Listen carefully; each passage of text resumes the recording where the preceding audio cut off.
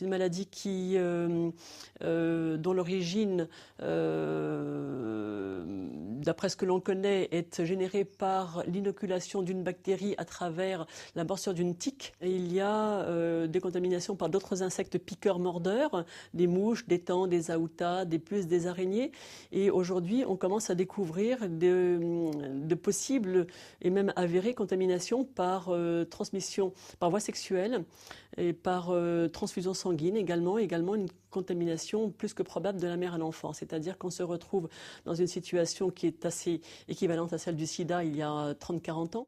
Les différents symptômes associés à la maladie dans les phases 1, 2 ou 3 sont des symptômes un petit peu différents. Dans la phase 1, ça sera surtout des fièvres, des frissons, genre grippe par exemple, et des douleurs articulaires, des douleurs musculaires et parfois des paralysies faciales. Donc là, ça c'est vraiment le cas d'école que le médecin sait parfaitement identifier et qui va lui faire penser à une maladie de Lyme. Dans la phase 2, ça sera à peu près la même chose, avec quelquefois ce qu'on appelle un lymphocytome cutané bénin, c'est-à-dire le lobe de l'oreille qui va devenir très épais, gonflé, chaud, violet. Et puis la phase 3, eh bien, c'est toutes sortes de symptômes. Les médecins spécialistes ont listé environ 800 symptômes et également un lien avec des maladies auto-immunes ou l'autisme. Il y a une conférence de consensus qui fait loi en France et qui dit que pour avoir une maladie de Lyme, en quelque sorte, qui est une maladie entre guillemets assez simple à diagnostiquer et à traiter,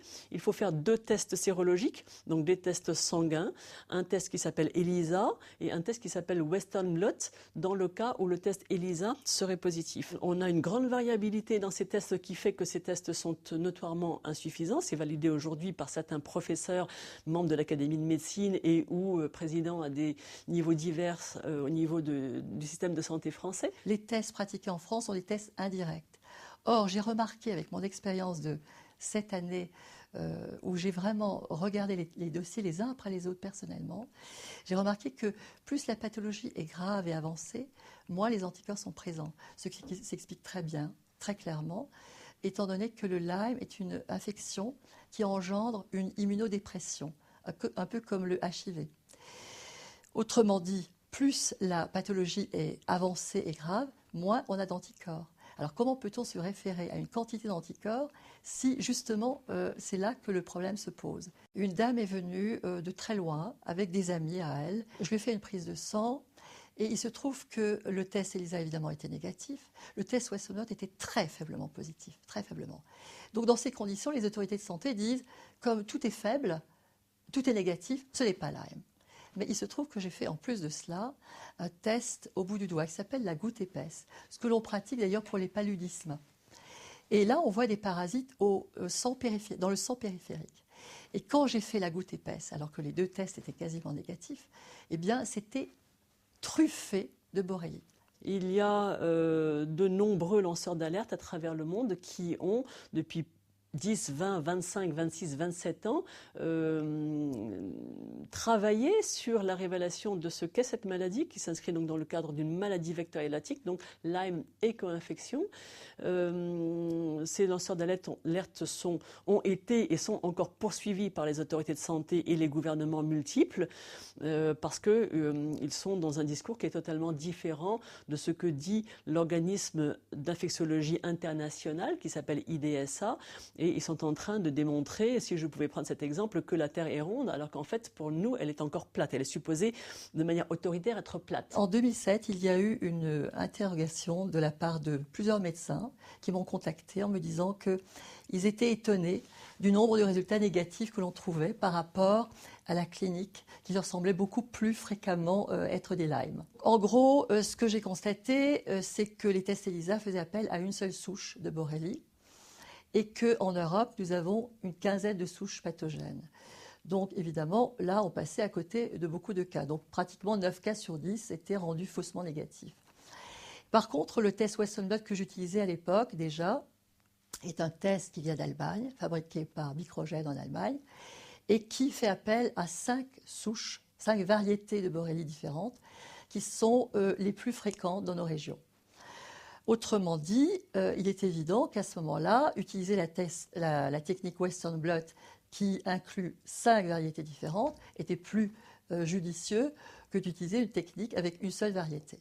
Les autorités de santé qui se situent à Strasbourg, au Centre national de référence de la borréliose, ont commencé effectivement à critiquer ma manière de procéder parce que ce n'était pas tout à fait dans les règles selon eux. Ça s'est soldé par la fermeture administrative de mon laboratoire pendant 1 mois au mois de février 2012 et ensuite fermeture définitive le 31 mai au soir. J'ai appris que mon laboratoire était fermé définitivement le lendemain. L'association L'Âme sans frontières est une association qui a été créée, ça fera bientôt 2 ans, le 24 mars 2012. Elle a été créée dans le contexte de la volonté de solliciter les présidentiables pour qu'ils s'impliquent dans ce problème de santé publique. Depuis que l'association a été créée et que nous avons interpellé la nouvelle ministre de la Santé, nous lui avons demandé une audience, nous lui avons demandé de créer une commission qui enquête sur l'âme. Les problématiques s'articulent autour de 3 axes. Le diagnostic de cette maladie-là, sa prise en charge et la reconnaissance de sa chronicité, ce qui est très important, et puis la formation et l'information. L'association L'Âme sans frontières que je représente en qualité d'avocat travaille sur ces axes-là, puisqu'effectivement un certain nombre d'initiatives ont été prises pour que les pouvoirs publics s'emparent de cette question de santé publique. Aujourd'hui, on a une commission ministérielle qui travaille, qui va nous déposer un rapport, qui va poser un certain nombre de constats. Une fois qu'on aura établi ce constat-là, on pourra mettre en place des protocoles de soins qui seront adaptés puisqu'ils engloberont, 1, le diagnostic posé, 2, la chronicité de cette maladie et tout ce qu'elle peut regorger de multipathologies parce que c'est ce qu'on appelle la grande imitatrice et qu'elle ressemble à tout. Et on va pouvoir enfin prendre en charge les gens, c'est-à-dire prendre en charge le coût des traitements, ce qui n'est pas le cas actuellement puisqu'on est sur des traitements qui sont en marge des traitements allopathiques classiques. Et on va pouvoir également reconnaître peut-être à certains des affections de longue durée qui vont leur permettre de ne pas se retrouver du jour au lendemain sans ressources. Donc c'est effectivement un certain nombre de malades qu'on défend comme ça devant les tribunaux des affaires de sécurité sociale pour leur permettre d'être pris en charge par la caisse d'assurance maladie en tant que malades, ce qu'on leur refuse aujourd'hui. Et puis le 3e volet de l'action de l'association, c'est la formation et l'information, c'est la recherche. Ça veut dire qu'aujourd'hui, il y a un vrai travail aussi de fond auprès des médecins qui interviennent, qui pour la plupart ignorent la pathologie, ignorent quelle prise en charge mettre en œuvre et ignorent quoi faire. Donc appliquent ce qu'on leur dit d'appliquer sans réfléchir plus avant et sans remettre en cause leurs connaissances. Et on défend un certain nombre de médecins également qui sont l'objet d'une chasse aux sorcières, puisque eux prennent le risque de traiter la maladie pour ce qu'elle est, de la diagnostiquer et qui se mettent hors protocole. On va se rendre le 12 mars au ministère de la Santé parce que vous devez savoir que depuis qu'on a rencontré la sous-directrice des risques prévention infection au service de la santé en septembre dernier, l'association, au nom de l'association et de chacun des malades, j'ai écrit à Madame le ministre directement pour lui faire part du cas individuel. Voilà la pathologie de Monsieur Tartampion, voilà la pathologie de tel et tel malade, voilà les symptômes qu'il présente. Je vous pose les questions, que faites-vous concrètement pour le diagnostic, pour la prise en charge, pour l'information des médecins? J'attends toujours les réponses. J'ai eu 3 réponses de pure forme où on me dit que oui, Madame la ministre est très sensible à cette question. C'est sans doute vrai. Aujourd'hui, notre déplacement le 12 mars a pour vocation de maintenir cette pression-là pour dire les malades sont de plus en plus nombreux, de plus en plus en souffrance et avec un sentiment de plus en plus aigu d'être méprisés. Et ça, c'est intolérable. Donc, elle doit, quand ce rapport lui sera déposé sur son bureau, le prendre en considération et en tirer toutes les conséquences sur le plan de mesures concrètes. On va essayer de se faire entendre. Nous avons pour cela d'ailleurs mis en ligne une pétition qui est en cours de signature. J'espère que nous aurons beaucoup de signatures pour que nous puissions aussi les apporter à la ministre de la Santé. Le ministre de la Santé ne pourra pas dire qu'elle n'était pas au courant, puisqu'elle est au courant de chacun des cas individuellement et des situations qui se posent.